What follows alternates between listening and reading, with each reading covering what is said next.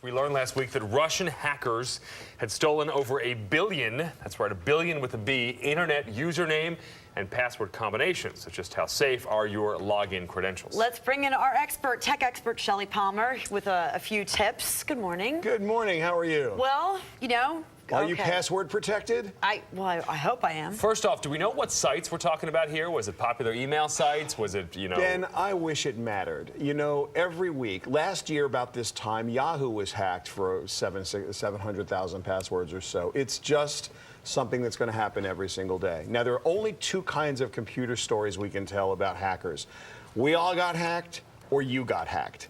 Right? You getting hacked personally, pretty rare. Losing a whole bunch of passwords to the, quote, mob, whoever they are, is going to become super commonplace, which means that every once in a while, you need to change your passwords. And most importantly, you need to make a strong password. Now, I've said this a million times, and everybody says, well, it's too complicated. I have too many different passwords. I can't do it. I'll just take my chances. Yeah, I would imagine the average person needs probably 24 passwords these days. So there's a strategy there that says that's probably true. There's a couple of programs, LastPass, KeePass X, which are both free.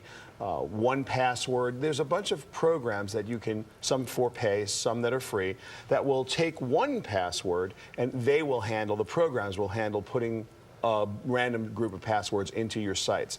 Some people love them. I'm not an advocate. I know they work well. I'm not an advocate. What I am an advocate of is changing your own password once every month or two, or on a day when we hear that stuff's really been hacked. Here's how you do it. You pick a line from a book, a movie, the Bible, a favorite phrase, something you're always going to remember. I think we're going to need a bigger boat. I don't think we're in Kansas anymore. Some line you really know. You take the first letter of each word. In my case, I just use my name, Shelly, for example, right now. So if my name is spelled S-H-E-L-L-Y-P-A-L-M-E-R. Now, I would then change these words into LEET, L-E-E-T, and you can learn about this at shellypalmer.com. LEET is a way that you use a symbol or a number to replace a letter. So, for example, an A becomes an @ sign, an L becomes a 1, an E becomes a 3. And so if you look at this graphic here, my name, S-H-E-L-L-Y-P-A-L-M-E-R, becomes 5H311Y, P @ sign L-M3R. Now, the last name you can pretty much easily tell is Palmer, which is why I put it that way. But look, Shelly's kind of weird. 5H311Y, you would hardly know that's my name, right?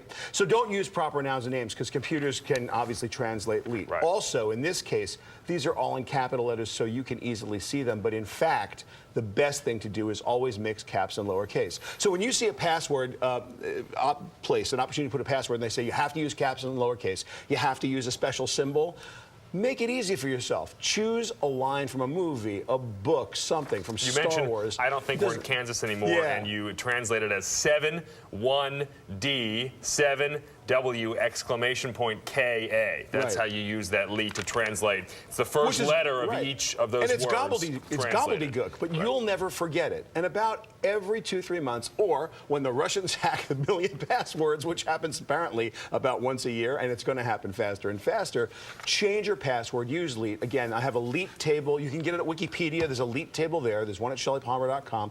Make it up yourself. Make it easy. Make them strong. And then change them whenever you feel like it. Shelly Palmer, that's the way it's got to work. Thank you very much, sir. Thanks, Shelly. Good to see you. And on Twitter at Shelly Palmer.